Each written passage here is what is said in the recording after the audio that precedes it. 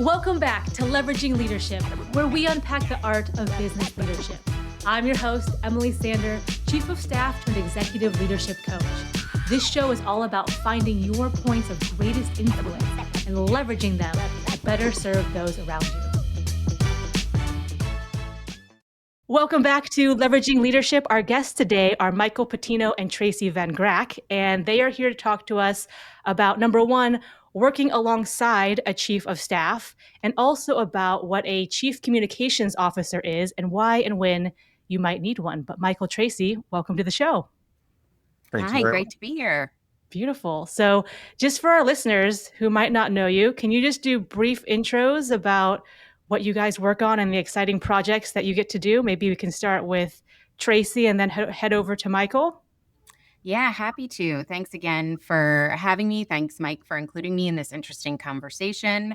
I am coming up actually next month on 10 years at Revolution, which is an investment firm based in Washington, D.C., founded by AOL co-founder Steve Case. We are best known for our investment philosophy of seeking investments and advocating for entrepreneurs based outside of Silicon Valley. We currently have more than 200 portfolio companies based in more than 100 cities across the country. Some of the companies that we're best known for, and I imagine a lot of your listeners will have heard of, are everything from Kava, Sweetgreen, Scopely, Clear, DraftKings. But those are just some of the bigger, more late-stage companies that we work with. We also have dozens of early-stage companies. And because we're industry agnostic, we have worked with so many companies and founders based across the country, every stage of growth, and really every industry. Beautiful. So 200 portcos. So you're bored is what I'm hearing. You have nothing to do. Right. Lots of variety, which is a good thing. I've been here 10 years. Beautiful. Thank you for that. Michael, over to you. I only have two companies, so I can't compare at all. I lead, I'm managing director and CEO of Patino Associates. We are an executive search firm that focuses on corporate communications and public affairs assignments.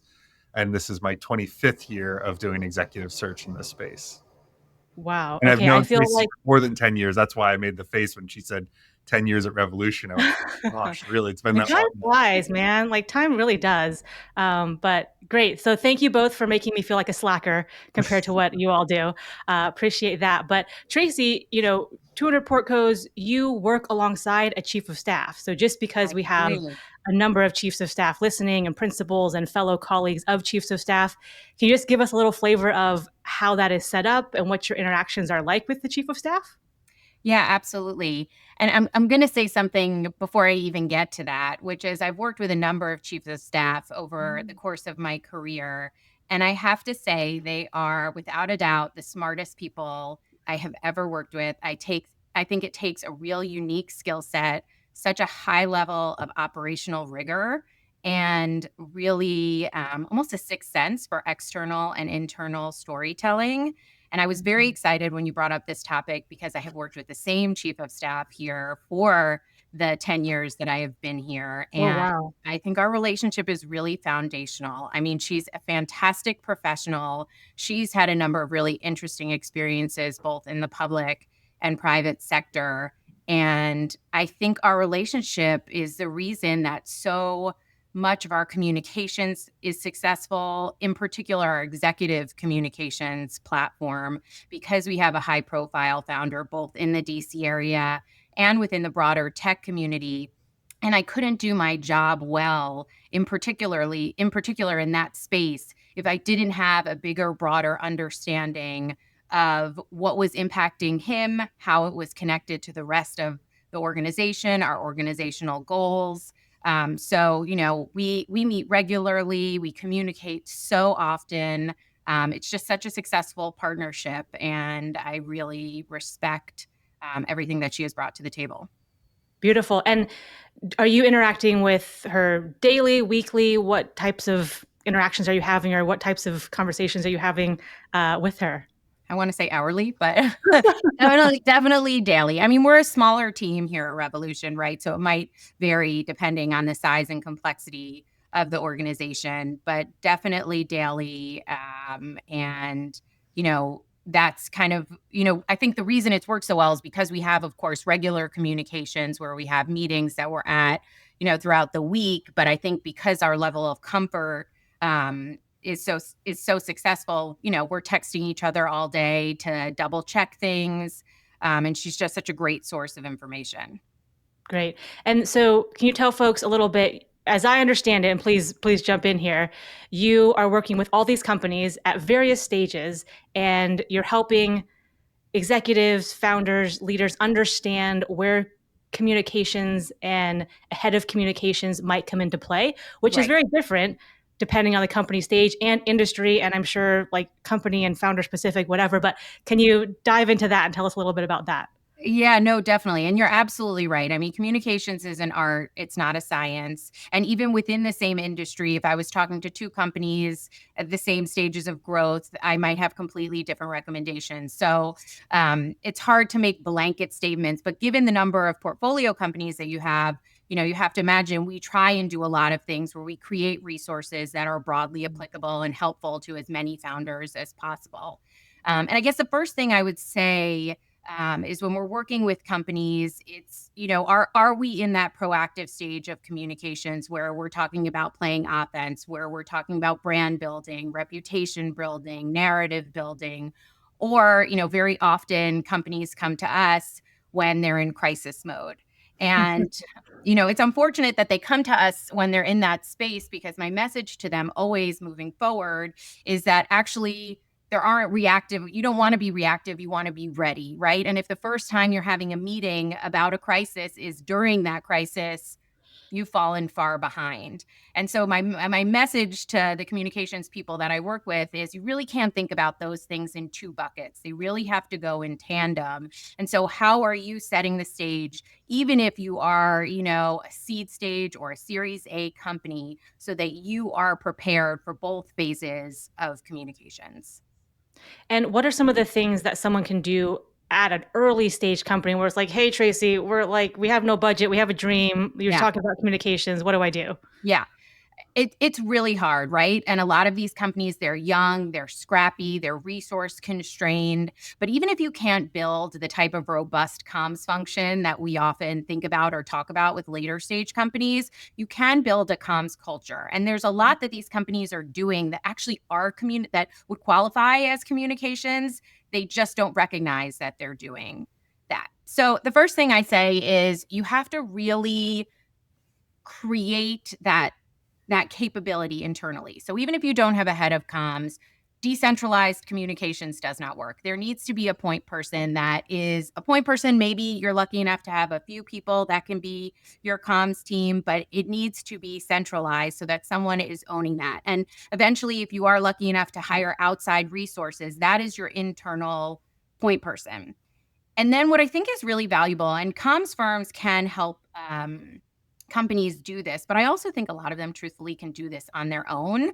They're just not taking the time to get some of the thinking on paper, is what is your messaging hierarchy? So that can be, there are tons of ways to do this, right?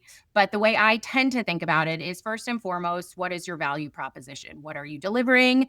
And for whom are you delivering it for? And the second is what is unique about you? So what are you doing that others cannot build? Who is your team, right? And this is where you get into what I think a lot of companies already have that is super compelling. What's their origin story? How did you find that pain point? And then it's what's the mission of your company? And this is the 1 to 2 sentences that actually should really never change unless your company engages in a really massive pivot.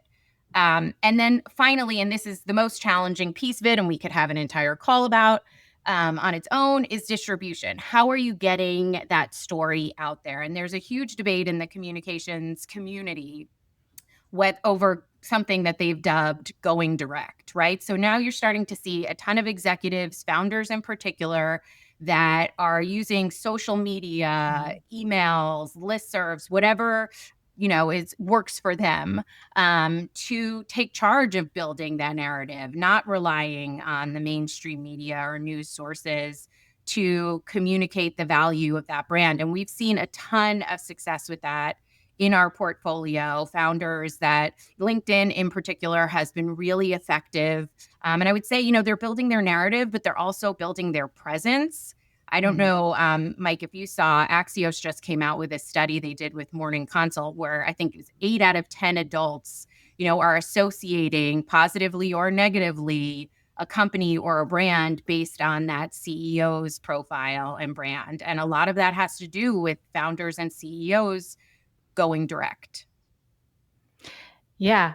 So I want to get to where the handoff comes in with Mike and some medium and larger stage companies. But just for the chiefs of staff listening, oftentimes they're employee number 1 or employee number 5 at this startup, and they are doing everything from head of operations and sales and marketing and product and compliance and head of janitorial services and throw on communications. So Right. I think what you said about building a culture of communications is really good and setting that foundation. And then you had also mentioned when you can bring on a full-time resource or even like an official part-time resource.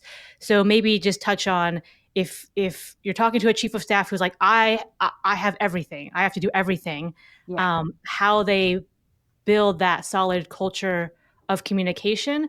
And then when that inflection point comes, when we can hire someone part-time or we can hire someone full-time, what that looks like. Yeah. So, it's interesting. I think the first time I generally have this conversation with a founder or a chief of staff, whoever is kind of leading the charge with how to maximize or take communications to the next level, tends to be around a milestone. So they have a funding announcement, they have a product launch, they have a big hire. And typically you will hire an outside resource before you have an internal hire. And I'm going to leave it to Mike to talk about the pros and cons of that. But that's generally the way in startup world, people will engage with the communications function. And there are all different routes you can go when you hire external support. I think people don't realize, they very often think hiring outside consultancies involves, a 5-figure, 12-month retainer. And that's not the case. The communications landscape is so varied. In particular, for tech startups, there are firms that specialize in helping companies of all different stages of growth. I even work with consultants that have kind of packaged various milestones. So they will say like, okay, you have a funding announcement. Here are the 5 things you need. Here is the fee. Here is the length of time in which we are going to work with you. So that's the first point. The second, and I know I mentioned this earlier, is making sure you have the internal resources to manage the external resources. So a lot of times companies think, okay, I'm going to hire a consultant, you handle it. But that consultant is not in your company every day. And we'll get to that when we talk about the benefits of internal hires, right? They do not know what's going on. They don't have a sense of the internal politics. They don't know what was discussed or canceled, at a meeting 3 hours ago. So unless you have the capability to manage them effectively, I think you're wasting a lot of time and money because they're not going to produce the results that you need them to. And there are various reasons where you might escalate this or feel ready to, bring on external resources again, whether it's one of these announcements or whether you have a high profile founder, whether you're in a highly competitive industry. Sometimes there are reasons where companies will kind of, I think, accelerate getting some resources where you might think like, oh, they're a pretty small company. Like, do they really need external support for communications? And they do. Yeah. Mike, what are some of the pros and cons of internal versus external hires? Well, before I jump into that, I think there's one thing that that Tracy brought up I think is really important, which is the culture. The idea that communications is this thing that you bolt on at some point in time is kind of a mistake that some founders make. I kind of liken your thought process around communication should be your same way as you think about finance, right? Yes, there are certain aspects of finance that you need at different stages along the way. Sure. You might not need a tax department from the beginning. You're going to need that at some point in time, but you're thinking about the financial aspects of your business from the beginning. And you should be thinking about the communications aspects of your business seemingly from the beginning as well, right? You might not need to go out and launch, products or worry about brand building from day one, but you should be thinking about that as part of your process from the very beginning of that of the inception of the company, right? So that as you start to think about, to Tracy's point, inflection points where you say, gosh, we now need help in executing a product launch. We need help in strategizing about how to build the brand. That's when you begin to start to understand what kinds of resources you might need, what kinds you might want to bring in, and why, right? Just in the same way that you think about, gosh, I can probably get away with a bookkeeper from a finance function. Oh, we're going to do a capital raise. Now I need at least a fractional CFO, if not a full-time CFO, to help me go and do that process, right? So when we start talking about, okay, what kinds of resources do we utilize and why? I agree with what Tracy said earlier. It depends upon where they are in their mindset and what their expectations are, and a little bit what their budget is as well. Tracy made a great point. There are a wide range of resources available. There are some phenomenal people who work independently, who work on kind of a project basis around certain things. There are firms that work on project basis versus retainer. You can go bring it in-house. I mean, the biggest things, and Tracy made this point, having a consultant needs to be managed. And quite honestly, in a lot of the earlier stage companies that we've worked with in the past, it falls on the chief of staff because it really should be something that the CEO is at least aware of and thinking about. And the chief of staff, in the ones that work really well, that we've worked really well with, understand the messaging, understand the brand, understand where the company is trying to be positioned relative to the market, and can at least communicate that to the external resources so that the resources can deliver on that. Yeah. What makes a good communications officer or fractional resource or part-time person? What traits do you look for? So I think there's probably three important things. One is you need to have someone who understands your leadership and what they are trying to accomplish in the business, right? That if you come to a consultant and you say, we do X, and they go, great, I've got it, I'll take it from here, that's a recipe for disaster, because they're going to go in a direction that they're not aligned with where the leadership is. So they need to be good listeners, whether it's in-house or external. They need to be taking the time to listen and learn and understand where the business is really trying to go and where you are in that journey, right? Sometimes you're talking about, doing a fundraise and you realize, gosh, they really haven't done the brand work yet. They haven't done the origin story yet, right? Gosh, I need to come in and actually pull that out of the CEO and the CTO. Yes. Okay, this is the 4 minutes that you're going to use from now on, because that's what you're using in the fundraising pitch, right? So there's really important things that come out of it. And then third is someone who is detail oriented enough to follow through and actually deliver. I hate to say, there are a number of people that we've run into internally and externally who are great idea people. They are great at strategizing and thinking about the possibilities of where you can go from a brand perspective or even from a distribution perspective, but they've got to actually deliver on it at the end of the day as well. Yeah.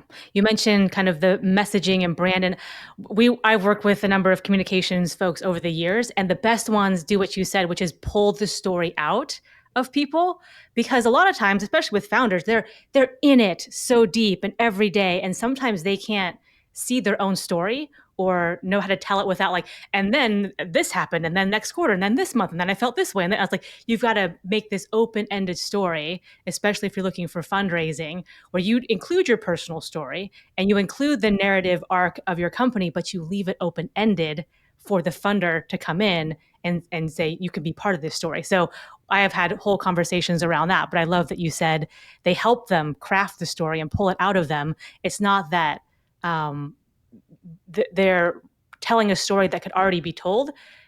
That process is bringing that story out. So I just wanted to highlight that piece. Yeah. And look, it's incumbent upon the CEO, the founding team, the chief of staff as well, to help them understand that they've got to also put a stake in the ground with their narrative. right? Yeah. We've run into a number of companies, especially when they're earlier stage, where they've approached the world with a maximum flexibility or optionality, and that's enabled them to kind of like zigzag through a variety of different challenges. But what it's caused them to do is actually not be comfortable being pinned into a corner, right? Like you've got to anchor yourself, you've got to anchor your story in some way, shape, or form, in order to get through the next stages. Whether it's funding or product launch or whatever. Like, who are these guys? And some leadership teams really struggle with that process. They have to get comfortable that they are going to be defined at the end of the day, and it's hard. It's scary sometimes. Yeah, yeah. So I'll open it up to both of you. What are some stories or anecdotes of when onboarding a chief communications officer or communications resource goes well, and maybe what not to do? Tracy, you've got way more experience on this.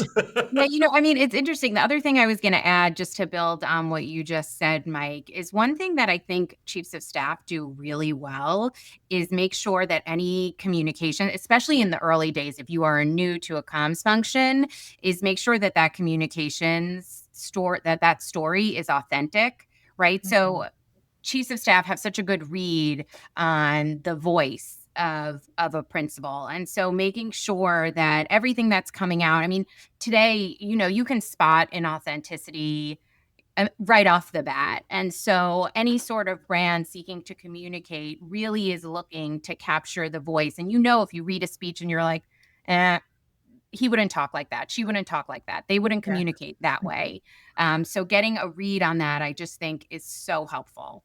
But to your question, in terms of onboarding agencies, I mean, again, first and foremost, making sure that that agency or that communications function or resource has a line in to the organization so that they're getting regular and real-time updates. I think at the beginning of any sort of relationship, whether it's an external or internal communications hire, you need to have a really strong ability to articulate your goals. Why are you bringing on additional communications support? What are the business objectives, and how are you going to architect a communications platform that really supports that program? So being clear and consistent, to me, are sort of the top two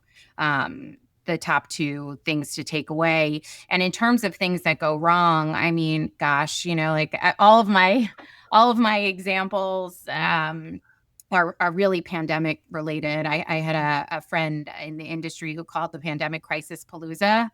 And it really was, although I do think it elevated the communications function. And Mike, I'd be interested in your thoughts as to how that's played out post pandemic. But God, it's everything in terms of like my favorite is I don't know if you remember Better.com did layoffs, mass layoffs over Zoom right before the holidays. Anything I always hear from founders after a crisis, like, oh, we didn't think they would notice. We didn't think anyone would notice. Well, everyone notices everything these days. And, to Warren Buffett's famous quote, it takes 20 years to build a reputation and 5 minutes to destroy it. I think it probably takes about 2 seconds to destroy it in this climate. You really start to see that anything and everything is public. And so communications teams that don't understand that a text thread can be screenshot, we've seen that and put out on social media. Really, everything is public. And so you have to have a strong understanding of what that means and how you might react. Yeah. Mike, any fun stories from your end? The ones that go wrong always seem to be the sexier, funnier ones. We had a client several years ago that came to us, and I admit, when they first came to us, I thought they were almost too early stage to get involved with us. And then we sat down with the leadership team, and I began to understand how brilliant they were for asking for help to find a head of communications. We were working with a company that now unfortunately no longer exists, called Ohana Biosciences, that was funded by Flagship Pioneering, which had created Moderna and several other phenomenal biotech companies.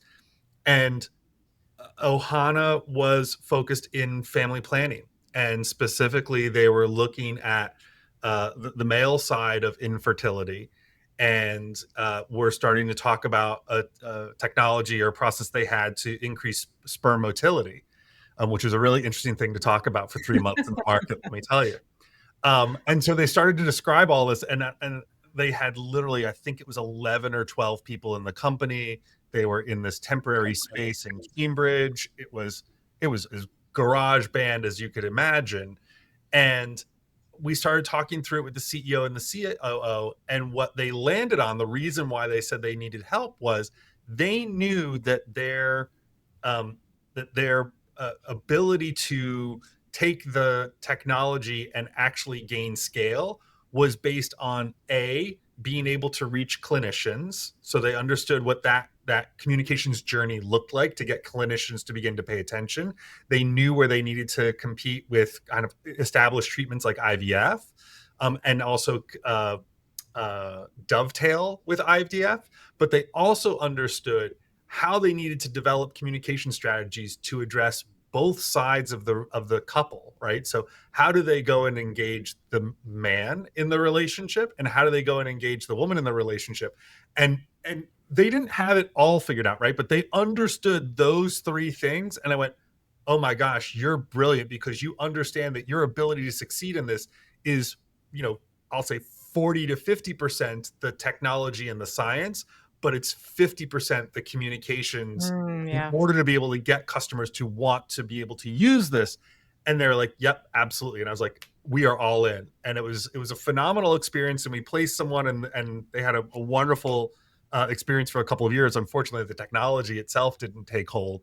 But the work that they were doing was phenomenal. But it started with the leadership team really understanding, because I was ready to tell them, you shouldn't go hire a head of comms. You should go and use an external resource. And only because they had really mapped out the journey where I went, okay, you understand the scope of work that you're going to need this person to accomplish, and you understand why you want them to come in, because as the technology journey evolves, it might change the messaging or the narrative as well. And so I was like, "Yep, okay, got it." But there are plenty of companies where we said, don't go hire someone yet. Go and hire an external resource first. Gosh, I mean, there are a number of people who've done it wrong. I try not to pick on people too much. Well, it's interesting because there's also one piece that I think is probably of paramount importance, but maybe a little bit less sexy to talk about, which is budget. Yeah. And what we do find that's really tricky is companies will start working with an agency that has varied resources. So they'll have social media strategists, designers, media relations specialists. And then when they start thinking about an internal hire, I have this conversation with them, because you really have to think about, are you going to hire one person that you expect to replace all of those capabilities? Or is this person going to manage that external resource? Or can you hire two people? So really looking at the nitty gritty, what you're spending your budget on with your agency. Are you using the design team? Well, okay, if that's the majority of what you're spending time on, maybe it makes sense to hire a part-time graphic designer, and really trying to figure out, because these are big expenses, and I think people expect immediate results, and these things take time. Communications is multifaceted, so really trying to balance what your needs are, and I think the chief of staff can be really instrumental in that conversation, because they tend to have a big picture view of what's going on at the organization and what perhaps the needs might be, 3 months, 6 months, 9 months down the road. And we spend a lot of time helping leadership teams actually break down in communications into finite sub-functions, so that they are thinking about we're making the comparison constantly to finance or to HR, to other things that are being scaled, right? Where you went, gosh, I had a bookkeeper, I used, a service, now I'm bringing it in-house, I need this, I need that, right? And understanding what the trade-offs are, to Tracy's point, in terms of, okay, if you take your whole agency budget and you hire one person, you're probably gonna end up being disappointed at the end of the day. Right. It's an onboarding fail. The person's not going to be able to match what 8, 10, 12, 20 people might be doing in an agency, with the depth, right? Functionally, each of those Sure. bring. But really beginning to understand what that journey looks like in terms of building a function, and each one is different, right? So we talk about employee communications as being a big thing. Usually, companies will come to us and go, gosh, we need to build an employee communications function. And it's because they've gotten to the place, at least I'll say in the olden times before the pandemic, where you couldn't put everybody in one room anymore, right? Right. You couldn't put everybody in the lobby of the building and talk to and have the CEO talk to them all at once. So now we need to think about building infrastructure to be able to communicate more readily with a rapidly growing employee base. Those are natural, right? But then there's trade-offs. What is the investment that they're going to make financially and otherwise, right? Because the other part of this is, as this company grows, as this communications function grows, as it evolves, there's more required of the leadership team, and their time and effort is part of this function as well. And a lot of founders miss out on that and don't understand that and get frustrated by that. I want to touch on something you said, which is comparing it to a finance function, because most people understand at a basic level, you got like accounting and then CFO and like forecasting, contingency plans. I feel like a lot of people think of communications as like this monolithic thing that just kind of sits there like, so maybe you can mention just some more. You mentioned we have, the external pieces and crisis communication and messaging and branding. You touched on the internal pieces like employee engagement. Are there any other big ones or common ones you see get overlooked or missed by people? So I'll offer a couple. I'm sure Tracy has some as well. I mean, media relations is the thing that most people are looking for first and foremost, right? So it could be as simplistic and egotistical as, my CEO wants to be on the cover of Wired, and so that's the goal at the end of the day. Hey, that has its place. Yep. Yeah. Have that request. Try to explain to them how that works. Employee communications or internal communications as a separate part. Those are kind of the two biggest. So we kind of talk about external versus internal. Yeah. Usually what we end up talking about with leaders is think about the different audiences that you're trying to reach, right? So, employees, customers, investors or potential investors. In some cases, you're dealing with regulated industries, so you might have to worry about regulators or elected officials, especially if you're trying to build a building or a plant or something like that. Right. Up and down the value chain, if you're working with resellers or you're working with partners, how are you communicating with them? That's something that this person can actually help you with.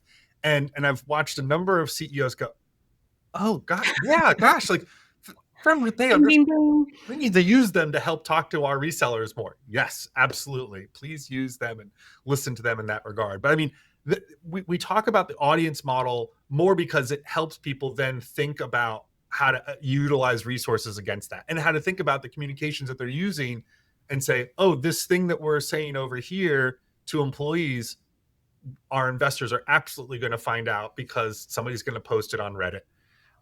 And so we need to be aware of what the implications of that is.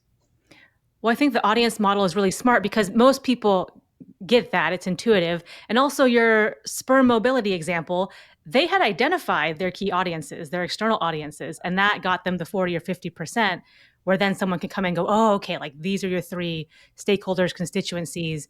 And the narrative and story changes a little bit. Not that you're lying or manipulating it, but it just changes it depending on the audience. So I think the audience model, that makes a lot of sense. So sorry, Tracy, you're going to say something. No, the only thing I'd add to that, and it kind of fits within your model, but kind of crosses all audiences, is that you're really starting to see a lot of companies invest in individuals solely dedicated to digital or social media and or content creation.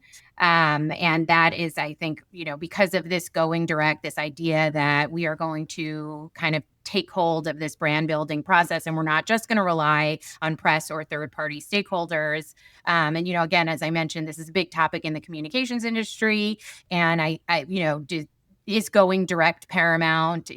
How much reliance should we place on press and third-party stakeholders? I'm of the mindset that it needs to kind of be balanced because there's still a lot of credibility when a member of the press or a third-party stakeholder says something positive about you. But I get that that's another conversation. But I will say in hiring for content and digital media, I mean, it's really interesting. I was struck when you were talking about being able to pull the story out of founders or executives, and you're starting to see actually a lot of former reporters and journalists find their way Oh, into communications roles. It's actually very pretty prevalent in the venture space and investment space. And I think that's largely because they do such a great job with story building, with extracting that story. And then you're, in addition to kind of these, social media strategists, you're also starting to see organizations hiring editors, right? Mhm. So they actually are hiring someone who is solely dedicated to creating and curating content, which I think is a really interesting development. and then if we look at a more established company who has a full-time chief communications officer who is a member of the C-suite team, is running internal and external.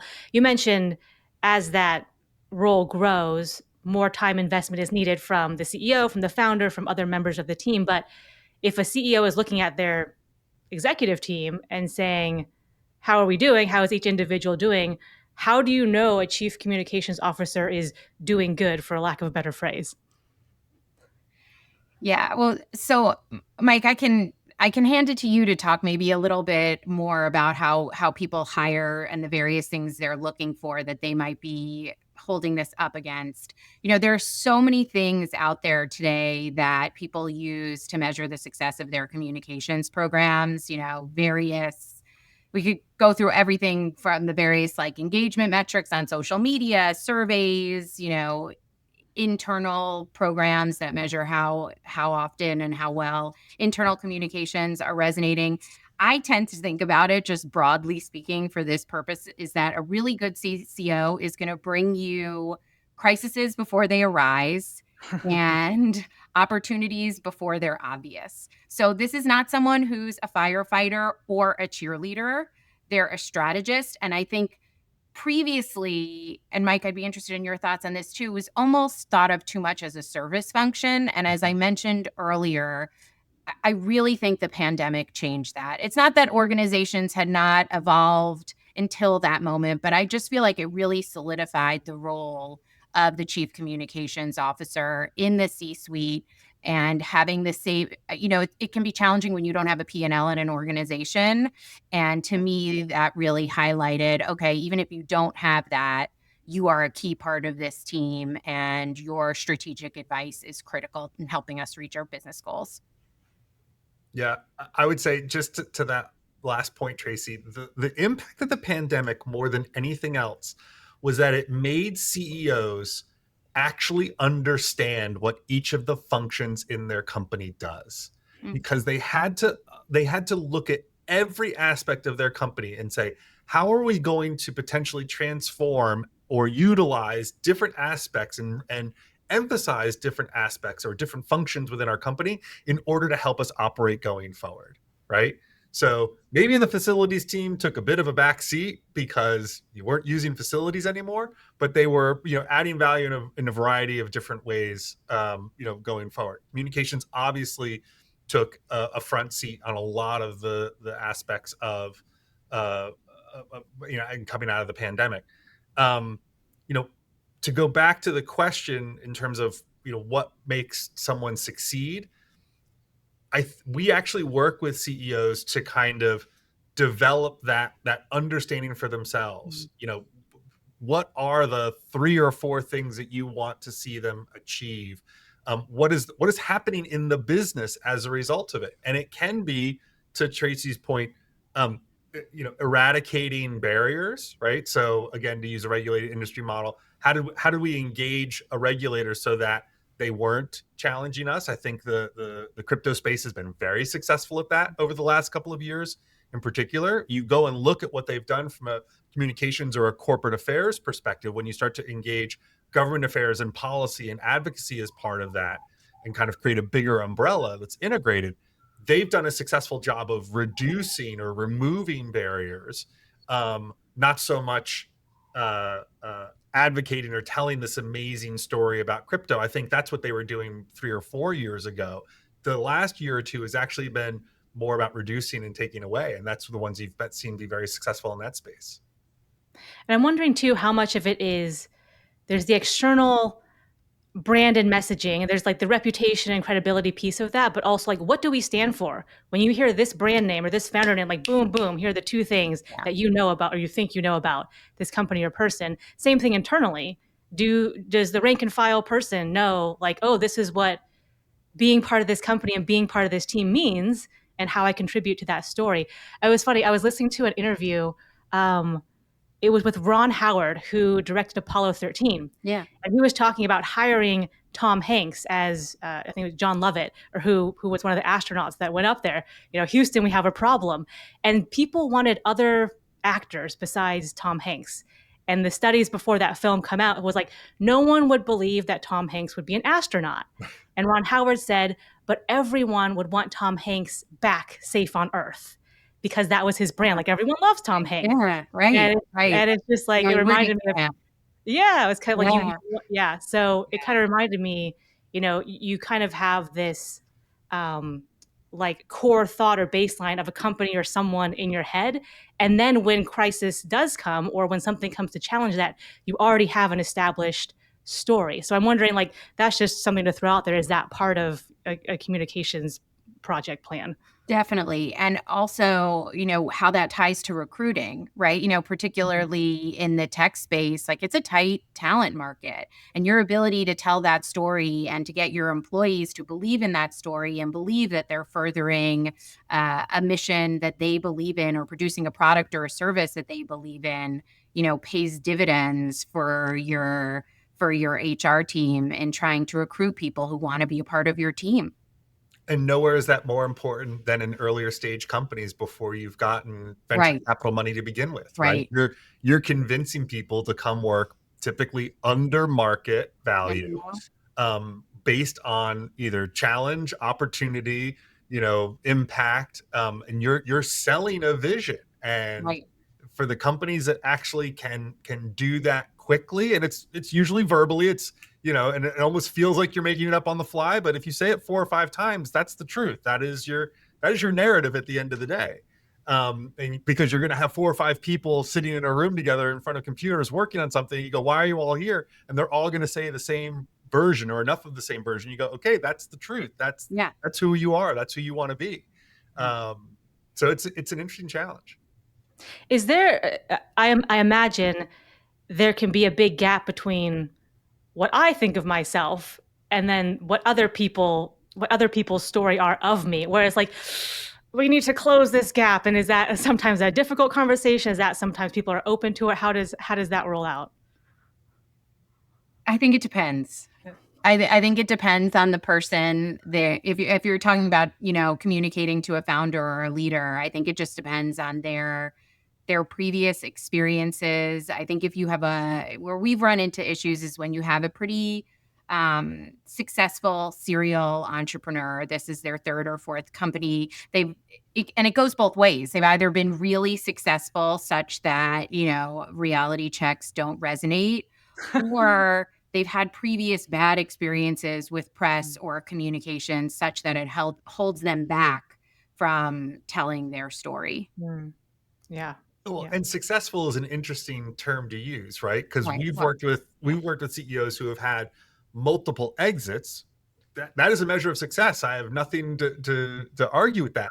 But all of a sudden, they're in something that isn't going to be sold. That is now all of a sudden reaching different benchmarks that they've never reached before as a CEO, that they've never experienced before, and their ability to turn around and look to the rest of their leadership team and say, I need guidance from you in certain aspects of this, because I'm personally now hitting uncharted space, right?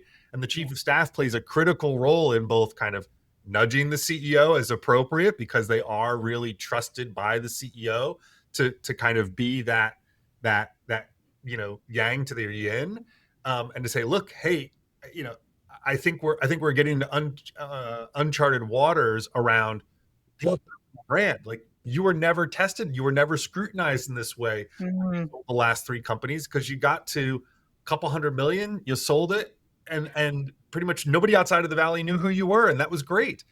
You're now on a bigger stage, right? And part of that is based on where we are from a digital and social media perspective today, but part of that might be where the business is as well. Yeah. Yeah. I would say too, tech founders in particular tend to be an optimistic bunch.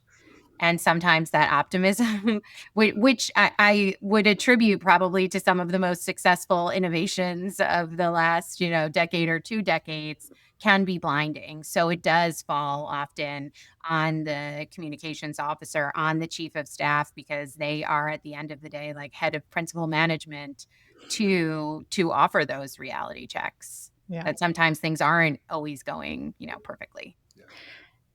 As we wind down here, what's one more thing that you want to dispel a misconception or a piece of advice or word of wisdom out to chief communications officers, to executives, anyone else just hearing and learning about this space? The only piece of advice I would offer in this community is it's not someone else's problem, right? Hiring does not make it someone else's problem, right? Just in the same way that you hired a CFO, you are still responsible for the profit and loss. And that means you need to understand how to read your profit and loss statement in order to be able to do that, right? If you're going to be the CEO, you need to understand, you need to play an active role in your narrative, in your origin story. You need to understand that you are the face of the business, and that has both great opportunities but also great risks and challenges associated with it.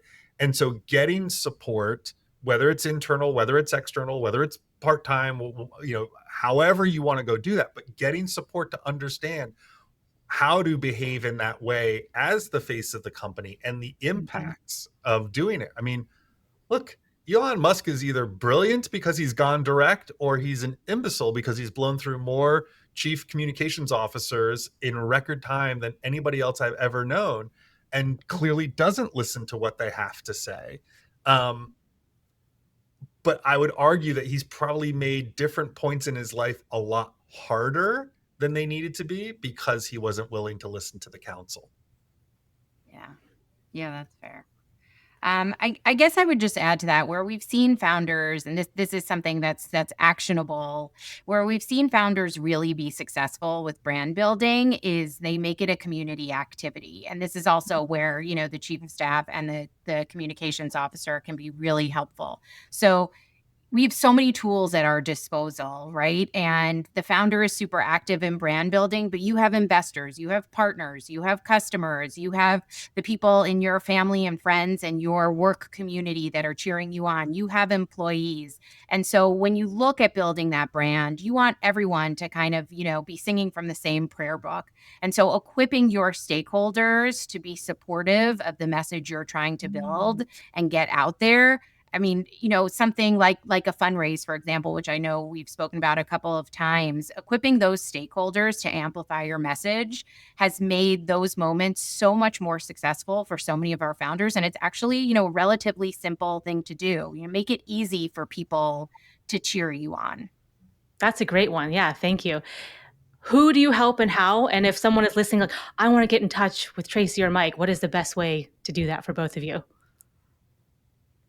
Tracy, go ahead. Yeah, no, you should feel free to reach out to us. We're at media@revolution.com. I absolutely do see those emails, read them, and respond to them. I'm also, on LinkedIn and X, so feel free to reach out.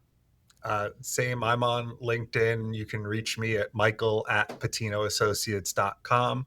And I read every last single one of them. So beautiful. We'll have all that information in the show notes. But Mike, Tracy, thank you so much again. Thank you, Emily.